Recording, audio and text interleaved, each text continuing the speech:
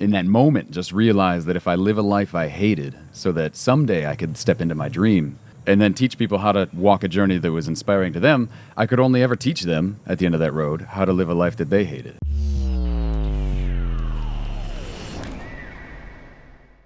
Coolio, here we are, another episode of Freedom Culture Podcast. My name is Julian Guderlei, and I'm here with Joe.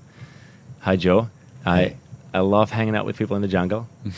This guy's name is Joe McVeen. He is a authentic branding coach. Coach, consultant, human, whatever. Yeah, I call myself a coach, though. Nice. Funny story in how I came to the word coach to call myself a coach. We can get into. Like, I just started. Drop in, vulnerability. I love it. Yeah, man. So coaching is like the future, if you ask me. Like mentorship and authentic relating with people that can help you be the better you.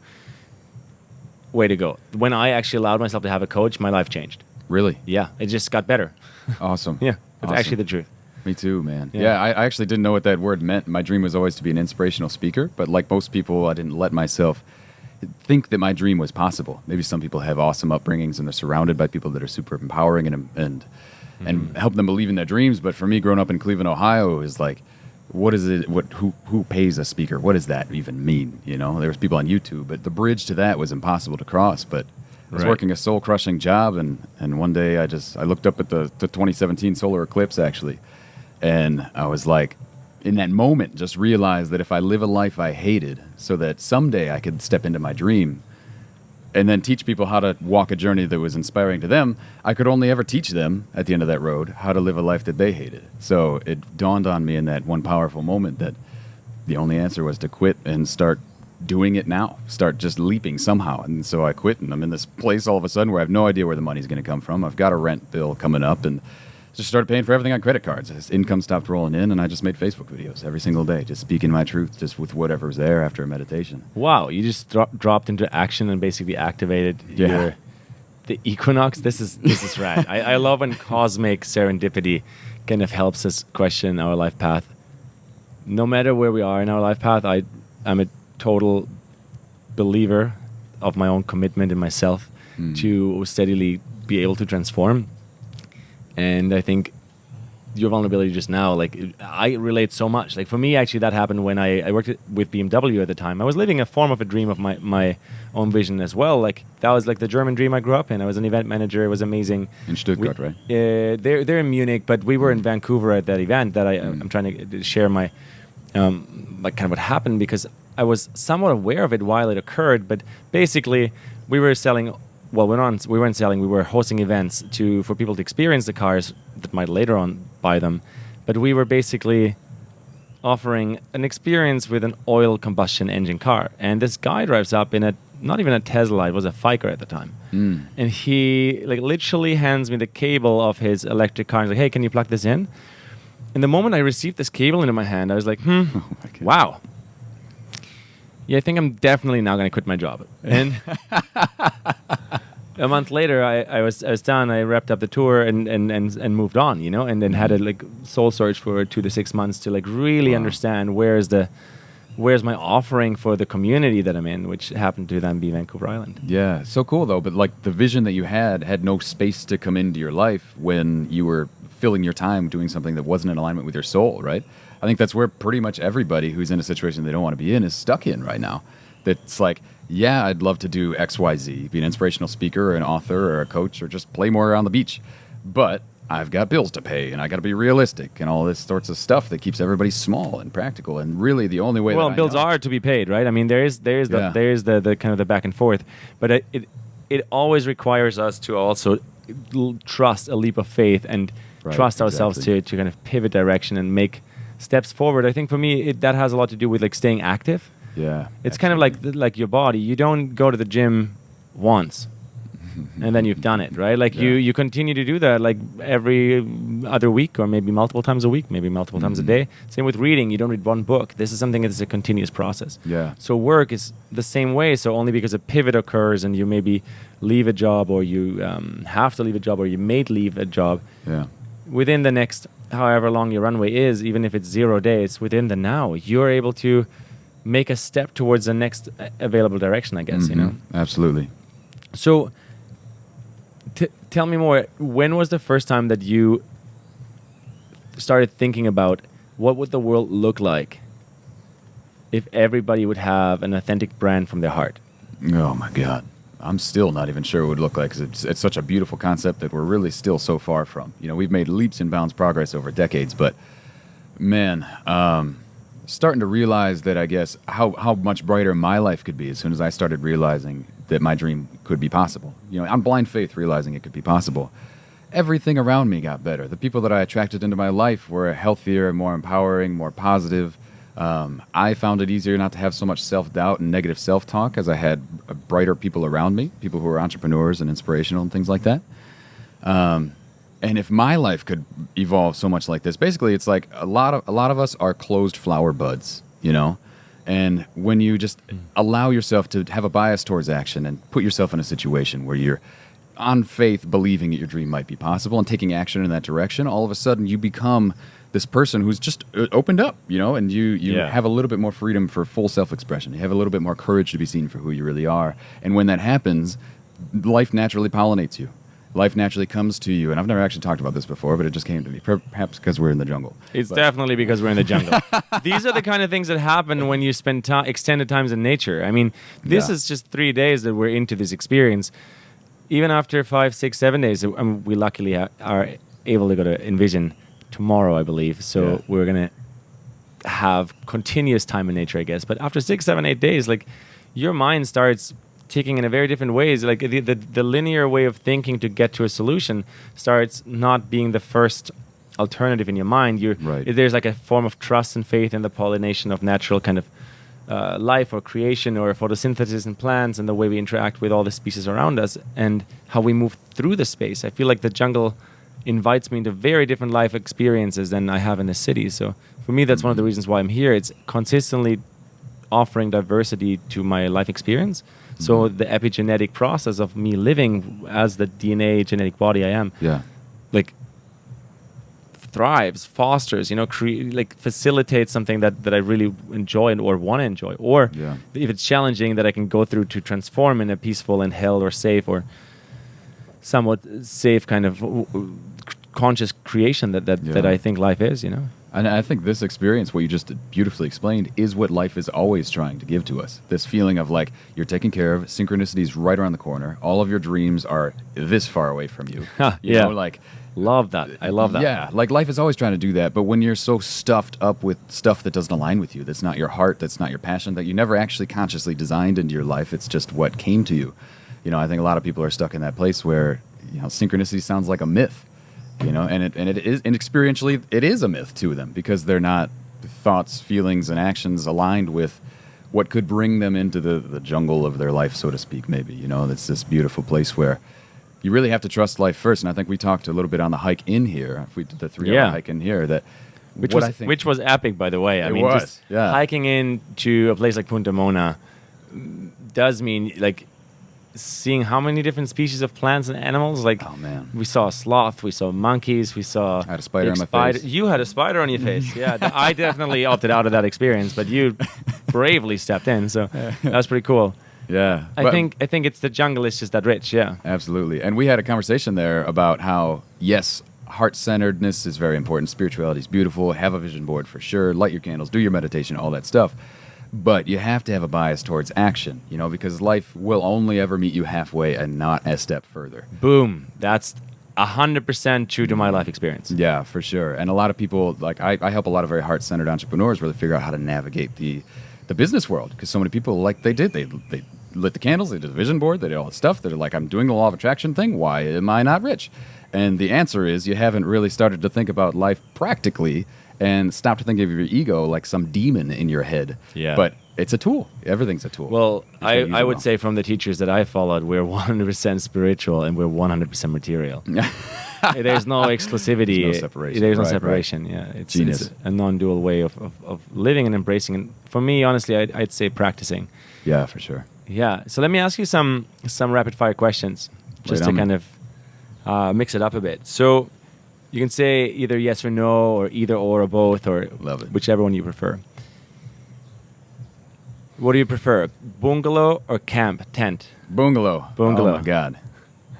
Ocean or lake water? Ooh, God, I'm so scared of the ocean. But for that reason, ocean. Yeah, I got a lot to overcome there. Too many Jaws movies when I was growing up, Can't see Jungle or desert? it. Jungle, man. Oh, yeah. Desert sucks. Everything wants to kill you. Well, jungle, a lot of things want to kill you too, but at least it's prettier. Water or kombucha? Man, can I throw a quick story in? Or does it have to be rapid fire? Keep going. Yeah, growing up the in story's Cleveland, great. everything that is That was my anything last rapid tinted, fire question. Cool. Anything that's tinted spiritual at all. Yeah. In the crowd that I grew up in, like wanting to be a U.S. Marine, listening to country music, drinking beer, football, and work was like my religion for a lot of growing up in Cleveland. Wonderful people. That's just the culture, kind of how it's set up. And sometimes anything considered Californian is too hippie to make you cool. So I've been taught to think that kombucha is the devil most of my life, but the truth is, it is absolutely delicious, and Oh yeah, it's like so like good a for you. fermented drink that fizzles like champagne. Yeah, I remember going to a great. bar once with a couple of buddies, and a dude ordered kombucha, and we were like, kombucha, what is this guy doing? And now here I am, I drink it like twice Wow. a week.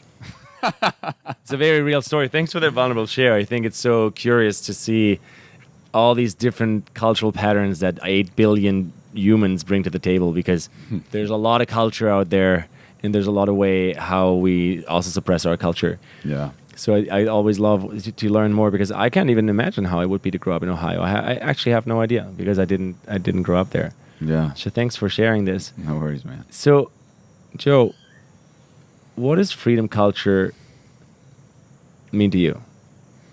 Yeah. Coming to know freedom culture as it exists within this community, I think it's better than I would have thought. But if you would have asked me that before I'd ever met Mark Angelo or yourself or anybody else who's involved in this organization and this movement, I would have said, well, it sounds a lot like the courage to be seen for who we really are being the norm. It sounds a lot like just a culture where, we can actually feel freedom, not just talk about freedom, not just vote for freedom, but like be free on the inside, internally free. And then coming here and experiencing you guys, it's like so much more experiential than I ever would have thought. In fact, I'll be totally honest with you. I judged Mark Angelo the first time I saw him on the video because he appeared more put together, more successful or whatever than me. And I was like really in this place of like judgment of him. And so I almost didn't want to come. That's a rich story. Keep going. Yeah, no, I almost didn't want to come because Yeah. I was like, oh no, those guys are just ego. And then I realized that like I'm really trying not to swear. If it slips out, I'll promise. It's all Okay. good. Cool. We're in the jungle. Yeah, we're in the jungle. So I'm like, I came here and I met him. He was actually the first hand I shook here. He happened to be sitting outside. I didn't That's know him by fucking cool. face. Yeah. And Serendipity rolling. and I met him and I was like, wow, what a human being and what an asshole I've been. Just judging somebody that I didn't even know. And then I realized also that part of me that was judging somebody Yeah, that was we perceived all know more how that successful. feels, man. Yeah. Oh my God. I realized what an asshole part of me that was judging somebody I didn't even know. That's the same part of me that's stopping the next level of abundance that I'm calling in to come in. Because if you think anything in the world, like you said, if anything in the world isn't holy or isn't spiritual or is not right or not the right way, oh, he or she is all about money or something stupid that our ego tells us. A form of limitation in that sense. Yeah. Then it's just like your own fighting against yourself. So coming here has been this ridiculous experience of like, these unbelievable humans are just humans. Yeah. We might This have is one brains, of my but- favorite sentences of Mark, actually. Him being my friend is like, I'm just making it up as much as you're making it up, man. Fucking yeah. Because this is how the world is actually put together. I mean, there's a whole bunch of agreements and structures laid out in the world, but ultimately it's a bunch of humans making it up. And Yeah. we might be just monkeys who recently found mushrooms, So a little bit of coffee. Yeah. yeah, exactly. so let's not take ourselves too serious all the time, I guess. Yeah. And for the record, Mark's probably going to watch this. eventually. Yeah, definitely. He's gonna watch this. Mark has you. I'll tell him to watch it. Have really just shown me via your heart how much of an asshole I was, and so you've honestly made me a leaps and bounds better person by you just being you in face of a judgment you didn't even know was there, which was just me being wrong for having in the first place. But freedom culture isn't just Mark is a great example of that. Everybody he brings. It's everybody who was attracted in this Unbelievable. field. Exactly, Everybody here is like doing something incredible in the world, but they're just wonderful humans. I want to drop into that sentence though. Like, thank you for offering your own reflection of how you felt guilt or shame or your judgment turned into like feeling like an asshole. I think judgment is such a useful tool for humans to, evolve who we are. Yeah. Because judgment happens if we like it or not. It's a function of our brain to make sense of where we are in time and space, right? Like it's like, oh, am I too cold? Am I too warm? That's a judgment. It's an observation that's creating the basic line of data to then make the next decision. So also, obviously, that happens in our interpersonal relating, and probably there's a lot of really all over the place judgment out there in the world. Yeah.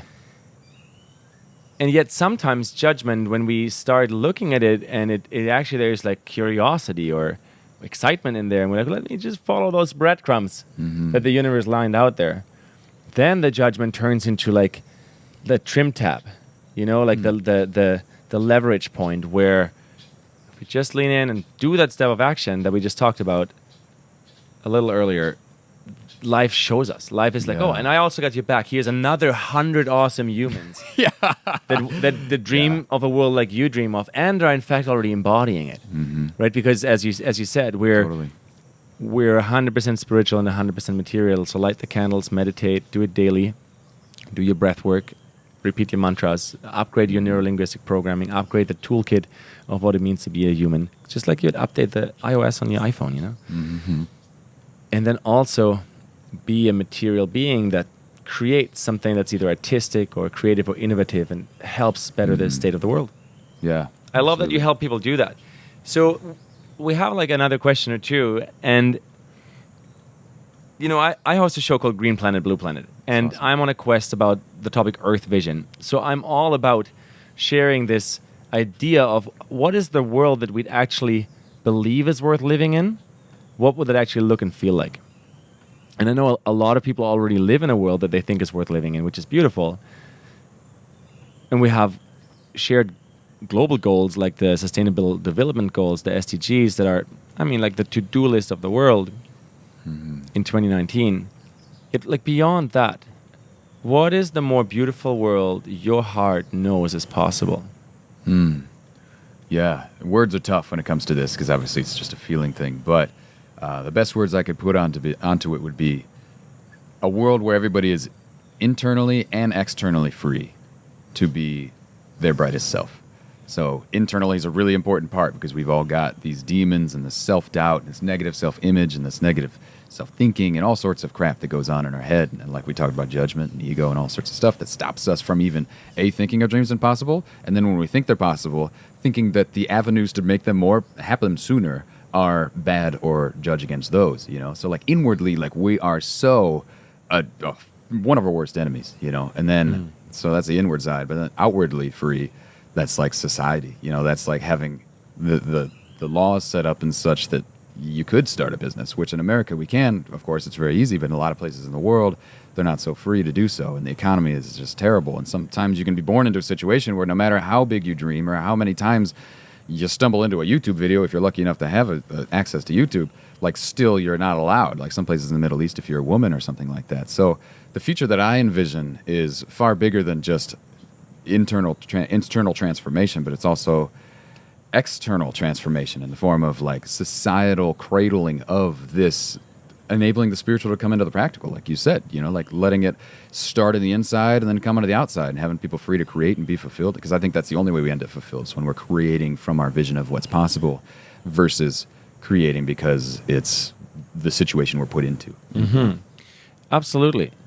So I'm just going to poke one more time into your heart space then. Like, sure. What does that feel like for you, like in bringing that to the now? So instead of maybe envisioning that earth in our mind's eye, like that feeling place, it's a great ride to be able to create a business. It's even better if you can create a business that is like your spiritual practice of becoming a better human being, sure, and bettering the world. But what does it feel like for you to live in freedom? Just a feeling. If you feel it in your heart. That is a damn good question. To live in freedom does not always happen for me because I've got an electrical engineering degree, and that sneaks in. What it feels like for me is when I remember that life always has my back. And those moments when literally, I guess the lever to pull to start feeling freedom for me is surrender. and surrendering to not having all the answers. And sure, I'll lay a plan, but I surrender to the how. You know, I lay like a plan towards the outcome as a general structure, but surrendering to the how. And especially like where the rubber hits the road for me is when I'm talking to somebody. And yeah, I've got a to-do list of like what would help them in their business, what would help them build their personal brand, what would help them reach their ideal customer. And the next words out of my mouth, if I've planned them ahead and sort of scripted the conversation on paper or in my head, it's never hard, you know, if I plan it all the way out. But when I have an intention of how to really help that human being and move from trust that the next words that come through me or in some channeling kind of way is the right step for them, is the right thing for them to hear, there's so much transformation that happens. And it's almost like our heart already knows how to help the person in front of us because we evolved that way. Like, if you're my brother in a tribe, you know, and we're us against the other tribe, like, we're going to have all of these evolutionary equipment things built in for us to connect in a way that makes us feel totally bonded. And I think freedom is that ability to let that connection happen whenever it's actually trying to happen, like life is trying to bring it to us. And like I said, the lever to pull for that is surrendering to not always having the right answer. Yeah, I love that answer, actually, that not knowing creates the space for the feeling of freedom for you. Yeah, for sure. Let me ask you a last question. And, you know,